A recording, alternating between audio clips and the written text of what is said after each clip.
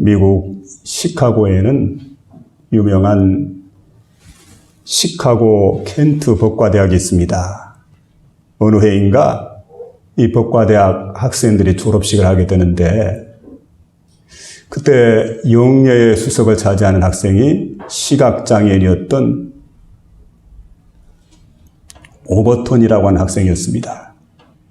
근데 그는 영예의 수석상을 차지하게 되었는데 그 수석상을 차지하면서 소감을 묻는 기자에게 이렇게 답변하게 됩니다. 이 영광의 절반은 제 친구인 카스프리작이라고 하는 친구가 있는데 그에게 돌아가야 됩니다. 둘이 처음 만났던 시간이 학교를 마치고 그 오버턴이 시각장애인이니까 얼마나 불편합니까? 계단을 내려가는데 누군가 친절하게 도와줍니다. 나중에 알고 보니까 카스프리작이라고 하는 그 친구였는데 그는 자신의 눈으로 확인하지 못했지만 주변 사람들에게 이렇게 전해들은 얘기를 들어보니까 두 팔이 없는 지체장애인이었습니다. 둘은 그때부터 친구가 되었습니다. 그리고 오랜 기간 우정을 나누게 되고 점점 세월이 지나면서 우정이 깊어져 갑니다. 그리고 서로 협력하고 또 도와주고 좋은 친구의 관계를 유지하게 됩니다. 그리고 언제나 그 맹인이었던 시각장애인이었던 오버턴은 손이 멀쩡하니까 책을 들고 다닙니다. 그리고 지체장애인이었던 카스프리작은 얼마든 눈이 멀쩡하니까 책을 읽어주면서 그렇게 함께 협력하면서 약점을 보완하고 장점을 극대화시키면서 그렇게 생활하면서 학교를 명문대학을 졸업을 하게 됩니다. 대학을 졸업하는 정도가 아니라 그 대학의 수석으로 그렇게 졸업을 하게 되는 영예를 얻게 되었던 겁니다. 오늘 본문의 말씀 보니까 형제가 연합하여 동거하며 어찌 그리 선하고 아름다운고 이렇게 말씀해 주고 있습니다. 형제가 연합하여 동거한다.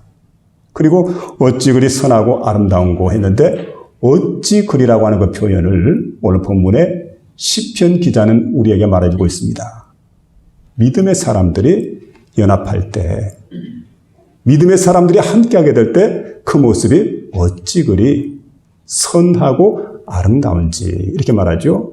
얼마나 선한지, 얼마나 아름다운지. 그러니까 선하고 아름다움에 대해서 측량을 엄두를 내지 못하는 겁니다. 그리고 우리에게 말하죠. 보라, 보라. 얼마나 선한지 보라. 얼마나 아름다운지 보라. 여기서 보면 형용사 두 개가 합쳐져 있습니다. 하나는 선한, 하나는 아름다운. 자, 선한 것만 해도 좋은 것인데 여기다가 아름다운 것이 합쳐지게 되니까 금상첨화의 관계를 이루게 됩니다. 그리고 여러분, 자, 얼마나 선하고 얼마나 아름다운지 그럴 때 서로의 그 부족함을 약간씩 보완해 줍니다. 그래서 완벽한 아름다운 모습을 우리에게 보여주고 있기 때문에 오늘 본문의 말씀은 선하고 아름다운 것이 무엇인가를 우리에게 보여주고 있는데 이 말씀을 생각해 보는 가운데 저와 여러분의 마음속에 크신 은혜가 임하는 복된 시간이 될 수 있기를 주의 이름으로 부탁을 드립니다. 먼저는 하나된 모습을 여기서 보여주고 있습니다. 1절에 보니까 형제가 연합하여 동거함이 이렇게 말하고 있는데 자, 형제, 그럴 때 형제는 좁은 의미로 말한다고 한다면 혈통을 나눈 사이입니다. 어머니, 아버지, 그 아래에 있는 자녀들이 바로 형제 이렇게 말할 수 있을 겁니다. 그런데 넓은 의미로서 말한다면 한 피바다 한 몸이른 형제요 자매가 된 사람들입니다. 그러니까 믿음의 사람 성도를 말하고 있습니다. 우리는 병원에 가서 이게 혈액형 검사를 해보면 어떤 사람은 O형이 나오고 어떤 사람은 B형이고 어떤 사람은 A형, 어떤 사람은 AB형이 나옵니다. 그런데 여러분 예수를 믿어서 하나님의 교회와 성도가 된 사람들은 그리스도 예수의 십자가 보혈을 통해서 예수 피가 흐르는 사람들입니다. 그러니까 한마디로 말하면 O형, B형, A형, AB형, RH 마이너스형, RH 플러스형이 아니라 예수형으로 바뀐 사람들이에요. 그래서 그 안에서 모든 사람들이 바로 형제가 되고 자매가 된다. 그래서 예수님께서 그렇게 말씀해 주고 있습니다. 마태복음 12장 50절에 보니까 자, 누구든지 하늘에 계신 내 아버지의 뜻대로 행하는 자라야 내 형제요 자매요 어머니이니라. 내 형제 자매 어머니 하늘에 계신 아버지의 뜻대로 행하는 자가 바로 그와 같은 자가 될 수가 있다. 이렇게 주님께서 말씀해 주고 있습니다. 그런가 하면 연합하여 동거함이 이렇게 말하고 있는데 연합이라고 하는 것은 하나 되는 관계입니다. 동거한다는 것은 함께 사는 걸 말하고 있습니다. 그러니까 마음이 하나가 되어서 생활을 함께 나누는 사이, 이걸 가리켜서 연합하여 동거한다 이렇게 말할 수가 있을 겁니다. 자, 이제 마음으로 하나 될 뿐만 아니라 생활도 함께 나누는 사이가 바로 연합하여 동거하는 사이인데 하나님은 이렇게 형제 우애하며 살아가는 삶에 대해서 선하고 아름답다 이렇게 말씀해 주고 있습니다. 그런데 지금 이스라엘 백성들이 보니까 블레셋 나라의 법궤를 빼앗겼습니다. 오랜 기간 법궤를 빼앗겼는데 법궤를 되찾아왔습니다. 그리고 법궤를 중심으로 해서 온 백성들이 하나로 뭉치게 됩니다. 그리고 거기에서 하나님께 예배하고 하나님께 경배하고 하나님께 영광을 돌리는데 그 모습을 바라보고 있던 다윗, 또 그 모습을 바라보고 있던 온 백성들의 모습 가운데서 그들은 아름다운 모습을 살펴보게 됩니다. 얼마나 아름다운지, 얼마나 감탄스러운지 이러면서 영광을 돌리는 이런 장면들을 우리에게 보여주고 있습니다. 여러분, 하나님은 성도들이 선하고 아름다운 모습으로 연합하여 살아가기를 원하는데, 근데 연합을 방해하는 것들이 있죠. 때로는 이런 벽과 담이 우리에게 있는데 벽을 헐어야 되고 담을 헐어야 돼요. 연합을 방해하는 것들. 그래서 이제 보면은 세상 사람들은 흑백 논리를 대단히 좋아합니다. 흑이냐 아니면 백이냐 중간 지대가 없다는 거지요. 그래서 이분법적 사고구조 나누는 걸 좋아해요. 이런 시대를 우리가 지금 살아가고 있는데 어떻습니까? 그래서 많은 사람들이 여당이냐 야당이냐, 그 다음에 좌파냐 우파냐, 보수냐 진보냐, 영남이냐 호남이냐 자꾸 나누는 거예요. 또 여기까지만 나누는 게 아니죠. 남자냐 여자냐, 그리고 가진 자냐 못 가진 자냐, 게다가 정규직이냐 비정규직이냐. 사람들은 끼리끼리 모이는 걸 더 좋아합니다. 유유상종이라고 그러죠. 그래서 가만히 한번 생각해 보세요. 얼마나 끼리끼리 모이는 걸 좋아하는지. 고향이 어디냐? 또 성이 뭐냐? 파가 또 무슨 파냐? 거기다가 학번이 어떻게 되냐? 기수가 몇 기냐? 그리고 군대 어디 나왔느냐? 그래, 한 번 해병은 영원한 해병이지. 이러면서 자, 그 어떤 소속감이라고 하는 것, 이걸 통해서 연합해 나가기를 원합니다. 그런데 여러분, 하나님 교회에 모인 성도들은 그렇지가 않아요. 다양한 종류의 성도들이 모이게 됩니다. 그리고 성도들에게 하나님께서 원하는 게 있어요. 연합하여 하나가 되어야 된다. 그럴 때 어떻습니까? 남녀노소, 빈부귀천 이걸 다 헐어야 됩니다. 그리고 여러분, 그리스도 예수의 피로 하나가 되어서 하나의 공동체를 이뤄나가는 이런 성도가 되어야 되는데 거기에서 우리가 방해물이 돼서는 안 되죠. 모든 성도가 하나로 보여지는 이런 관계를 하나님께서 원하시는 걸 보게 됩니다. 하나님 백성은 오직 하나님 앞에서 하나님의 뜻 안에서 하나님과 더불어서 거룩한 형제 자매의 사랑을 갖고 좋아하고 즐거워하는 이런 관계가 되어야 된다는 거지요. 우리 주님은 십자가를 통해서 하나님과 우리 인간 사이가 멀어져 있었는데 하나님과 인간 사이를 하나로 결합시켜 주었습니다. 또 그런가 하면 인간과 인간 사이를 하나로 결합시켜 주었습니다. 그러니까 수직적인 원리는 바로 하나님과 인간 사이죠. 수평적인 원리는 바로 인간과 인간 사이입니다. 전에 하나님과 멀어져 있었는데 그 하나님과의 관계를 가깝게 만들어 주시고, 또 인간 사이에 서로 멀어졌지만 이제는 그리스도의 십자가를 통해서 하나 되게 만들어 주시는 이런 원리가 바로 십자가의 원리인 것을 볼 수가 있습니다. 그분은 2000년 전에 우리 예수님께 십자가상에 못 박혀 돌아가심으로 여러분 인간 사이를 화목해 해 주시고 하나님과 인간 사이를 화목해 주었던 그 역할을 감당하신 분인 것을 알 수가 있습니다. 에베소 2장 14절에 보니까 이런 말씀이 우리에게 들려주고 있습니다. 그는 우리의 화평이신지라 둘로 하나를 만드사 원수된 것 곧 중간에 막힌 담을 자기 육체로 오시고 그리고 십자가로 이 둘을 한 몸으로 하나님과 화목하게 하려 하심이라고 말씀해 주고 있습니다. 원수된 것을 십자가로 소멸하셨다. 중간에 막힌 담을 십자가로 다 소멸했다고 하는 그런 말씀을 우리에게 들려주고 있습니다. 그런 거로 여러분 예수 그리스도의 죽으심으로 둘이 하나가 된 겁니다. 그래서 여기 보니까 연합이라는 게 뭘까? 그러므로 연합이라고 하는 것은 하나됨의 관계를 의미해 주고 있는데 그 하나됨이라고 하는 것은 바로 하나님과 인간의 화목, 인간과 인간 사이의 화목을 말해주고 있습니다. 탈무드에 보니까 이런 얘기가 있습니다. 아이가 태어났는데 머리가 둘이에요. 여러분 한 아이입니까? 둘입니까? 한 사람입니까? 두 사람입니까? 거기 분별법이 있습니다. 근데 아이의 머리에다가 뜨거운 물을 살짝 붓게 됩니다.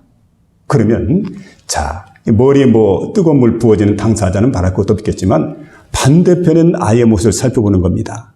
만일에 반대편에 있는 아이가 희죽희죽 웃는다고 하면 이건 하나가 아니고 둘이다. 그런데 반대편에 있는 아이가 웃지 않고 똑같이 고통을 느낍니다. 그리고 막 고함을 지르게 됩니다. 그러면 두 아이가 아니라 한 아이다. 이게 뭘 의미하냐면 이스라엘 백성의 민족성을 의미합니다. 우리 민족은 연결된 하나다. 그런 얘기입니다. 그래서 이스라엘 사람들은 자기 민족이 어떤 나라에 가서 고통을 당하더라도 가만히 있지 않아요. 막 소리를 지르면서 달려가서 그들을 도와줍니다. 이게 바로 이스라엘 백성들의 민족성, 연결된 하나라는 거지요. 성도라고 말 때 성도는 누굴까요? 성도는 연결된 하나라는 겁니다. 너와 나가 따로 없다는 거죠. 우리는 연결된 하나다. 함께 웃고 함께 울고 함께 즐거워하고 함께 슬퍼할 줄 아는 그런 관계를 가져야 되는 겁니다. 함께 동고동락하는 관계. 이게 형제 자매로 부름받은 성도들의 모습인 걸 보게 됩니다. 우리는 그렇게 하나님께 부름받았다는 거죠.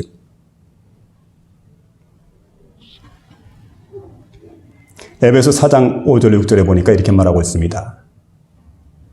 자, 주도 하나요. 믿음도 하나요. 세례도 하나요.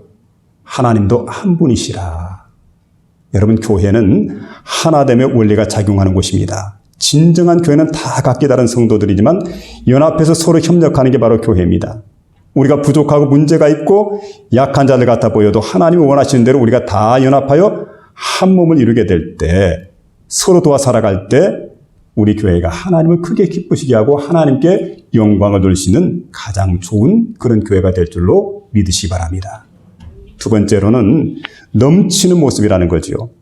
2절에 보니까 머리에 있는 보배로운 기름이 수염꽃 아론의 수염에 흘러서 그 옷깃까지 내림갖고 이렇게 말씀해 주고 있습니다. 머리에 있는 보배로운 기름이 흘러넘치는 이와 같은 아름다운 모습인데 자 여기 보니까 제사장에 관한 얘기가 나옵니다. 아론은 제사장입니다.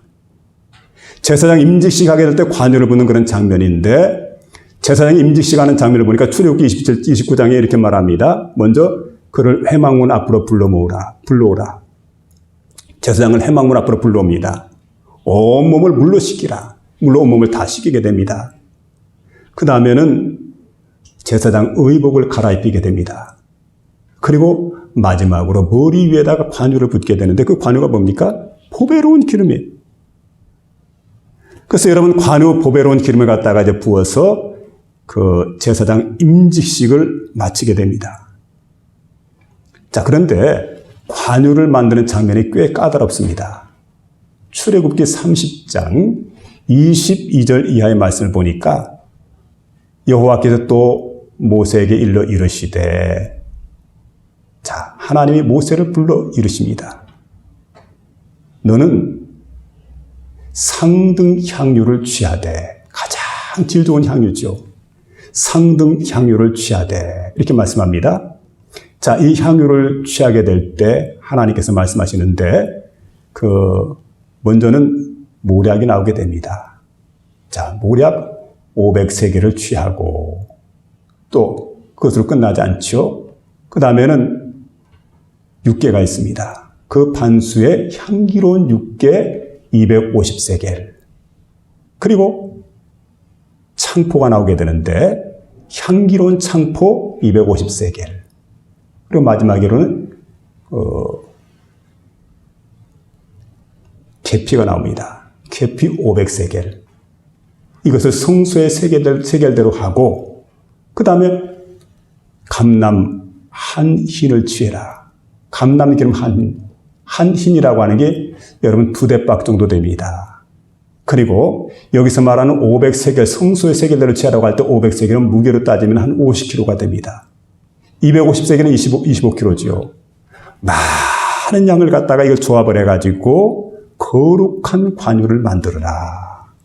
여러분 이 관유를 만들었어요. 다 만들고 나면 제사장 임직식 하게 될 때 그 머리 위에다 관유를 갖다 붓게 됩니다. 이것만 하는 게 아니죠.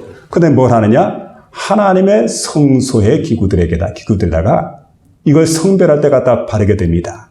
그러니까 여러분 하나님의 성소 성막 안에 여러 가지 기구가 있습니다. 아시는 대로 지성소에 그 언약궤가 있으면 언약궤에다가 바르게 되고 그리고 향단에다 바르게 되고 그리고 떡상에다가 정금 등대에다가 번제단에다가 물두멍에다가 성막 기타 기구들에다가 이것을 발라서 구분할 수 있도록 해라. 바로 그와 같은 말씀을 해주고 있습니다. 여러분 그 기름 부을 때 보면 그냥 눈에 보이는 기름을 붓게 됩니다. 근데 기름 부음 받는 그 예식이 그렇게 아름다운 거예요. 그렇게 은혜로운 겁니다. 근데 눈에 보이는 것은 바로 기름을 붓게 되지만 그러나 실질적으로는 성령의 기름이 부어지게 됩니다. 여러분 사도행전 10장 38절에 보니까 여호와께서 나사렛 예수에게 성령의 기름을 어떻게 부었다고 했습니까? 그 성령과 능력을 물붓듯이 부으셨습니다. 그럴 때 우리 주님께서 두루다니시면서 착한 일을 행하시고 마귀에게 눌린 모든 자를 고치셨으니 이는 하나님이 함께 하셨습니다. 이렇게 말씀해 주고 있습니다. 여러분 나사렛 예수께서 바로 이와 같이 성령의 충만을 받은 것처럼 어떻습니까? 바로 이와 같은 이 귀한 임직식을 통해서 하나님은 관유만 붓는 게 아닙니다. 성령의 능력을 그들에게 충만하게 부어주는 그런 시간이 바로 이런 임직식 하는 시간인데 바로 여러분 두 가지를 말씀해 주고 있죠. 하나는 뭡니까? 우리 성도가 연합하여 살아갈 때 형제 우애를 나누며 살아가게 될 때 하나님께서는 바로 아론의 임직식처럼 제사장 임직식처럼 이런 아름다운 은혜가 우리들에게 주어지게 될 것이고 또 한 가지는 바로 여러분 그 성별하는 역사가 기름을 통해서 나타나는 것처럼 관유를 통해서 나타났던 것처럼 우리가 정말 예수 믿는 사람이라는 것을 보여주는 것이 바로 뭡니까? 바로 형제 우애를 나누게 될 때 진정한 그리스도 예수를 믿는 사람이다. 여러분 이걸 생각해야 돼요. 하나님을 사랑하는 일과 사람을 사랑하는 일들 이걸 잘하게 될 때 진정한 그리스도인이라는 것. 오직 너희는 택하신 족속이요 왕같은 제사장들이요 거룩한 나라요 그의 소유된 백성이 되었으니 이는 너희를 어두운 데서 불러내어 그의 귀한 빛에 들어가게 하시니 아름다운 덕을 선포하게 하려 하심이라. 베드로전서 2장 9절에 있는 말씀처럼 여러분 정말 우리가 이렇게 형제 우애를 나누며 살아가야 될 때 바로 이와 같은 복된 심령으로 우리가 변화된다는 사실을 성경은 우리에게 말씀해 주고 있습니다. 어느 가정주부가 남편이 수입이 적습니다. 뭘 할까 생각을 하다가 구멍가게를 안 냈습니다. 가게가 점점 커지게 되는데 그러면서 이제 장사를 하게 되었는데 친절을 베풀게 되고 정직하게 장사를 하게 되니까 입소문, 좋은 소문이 퍼지게 됩니다. 그러니까 손님들이 다 그 구멍가게를 보러 와요. 그 가게로 몰려와요. 가게가 점점 커지게 됩니다. 그리고 이제 그 트럭을 가지고 물건을 떼다 날 정도로 그렇게 장사가 잘 됐습니다. 하루 종일 장사를 하는데 눈코 뜰 새 없이 바쁩니다. 근데 어느 날 남편이 직장을 갔다 일찍 돌아왔습니다. 그리고 그렇게 말합니다. 여보, 이 동네에 다니면서 보니까 장사가 잘 안 되대. 다른 집 장사가 잘 안 돼. 그리고 건너편에 있는 가게는 곧 문을 닫는다는 소문이 들더구만. 그 얘기를 듣고 이 부인이 깨닫는 마음이 있습니다. 그래서 그 다음부터 가게를 이렇게 품목을 갖다 줄였습니다. 전에 팔았던 품목을 줄이게 되고, 그리고 많은 손님들이 오게 되는데 그 손님들에게 우리 집에는 그 물건이 없습니다. 찾는 물건은 건너편 가게에 있으니까 건너편 가게 가서 물건을 사라. 곧 문을 닫아야 되는 그 가게를 자꾸 소개를 시켜주는 겁니다. 그러니까 그 가게가 살아나게 되는 거죠. 또 뿐만 아니라 이제는 전에같이 이렇게 바쁘질 않아요. 시간이 한가하니까 옛날에 좋아했던 독서를 하게 되고 틈틈이 글을 쓰게 됩니다. 그러니까 사람들하고 경쟁하는 걸 통해서 이렇게 자신이 잘 살기를 원하는 게 아니고 경쟁을 줄이고 그리고 새로운 분야를 갖다 개척해 나가는 블루 오션이 아니라 레드 오션이 아니라 블루 오션을 향해서 새로운 지대를 향해서 그는 나갔습니다. 그리고 열심히 글을 쓰게 되고 그런 가운데 세월이 지나면서 아름다운 작품이 하나 나오게 되는데 그게 뭐냐면 여러분 잘 아시는 빙점이라는 소설입니다. 그리고 이 소설을 썼던 그 장본인은 바로 미우라 아야코라고 하는 그러한 분이었습니다. 여러분 그래서 미우라 아야코의 그 빙점은 이렇게 해서 탄생을 했다는 거죠. 나만 사는 게 아닙니다. 상대를 살리려고 하는 그런 마음들, 서로 살아가는 그런 마음들, 하나님께서 원하시는 마음이 바로 그런 마음인 걸 보게 됩니다. 내가 은혜 받으니까 주변에 있는 사람들이 그 혜택을 함께 누리는 겁니다. 아론의 머리에다 기름이 부어졌는데 그 기름이 어떻게 됩니까? 흘러내립니다. 머리에 있던 기름이 수염에 흘러내리게 되고 수염에 있던 기름이 온 옷깃에 흘러내려가지고 아름다운 역사가 일어나는 것처럼 오늘 여러분 그리스도 예수를 통해서 우리에게 주어지는 사랑의 은혜가 우리 머리에만 있는 게 아니고 가슴에서 우리의 삶으로 흘러내려서 주변의 많은 사람들에게 선한 향기를 풍기게 됩니다.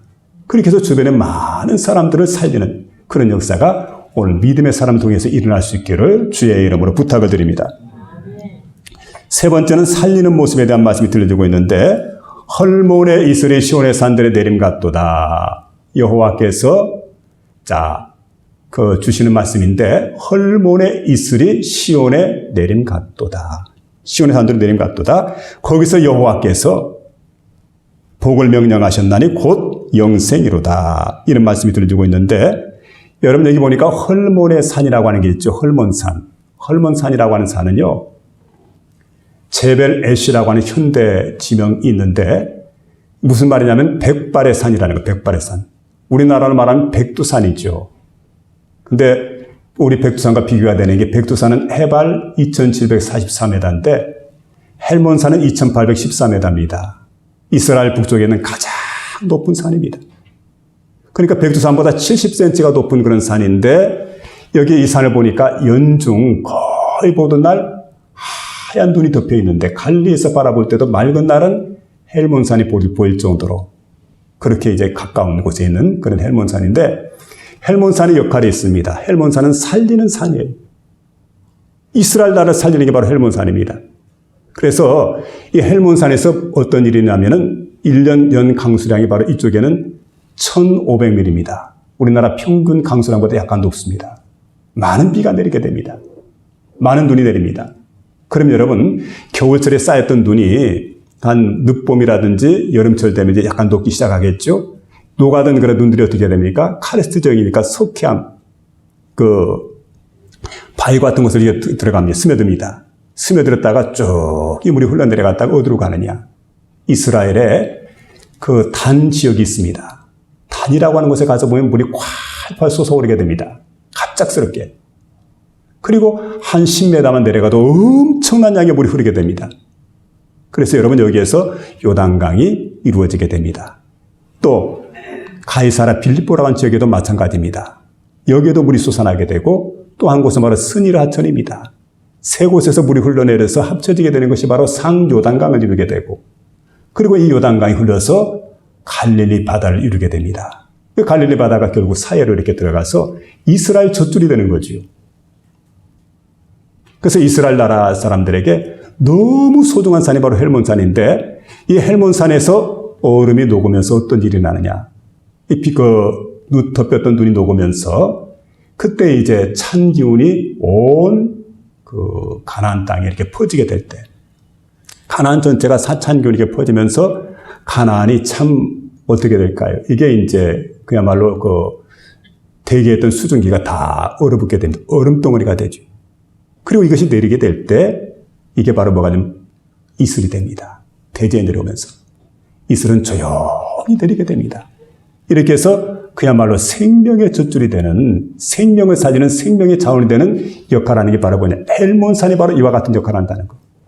헬몬산이 그러니까 이스라엘 백성들에게 얼마나 은혜로운 산인지 모릅니다.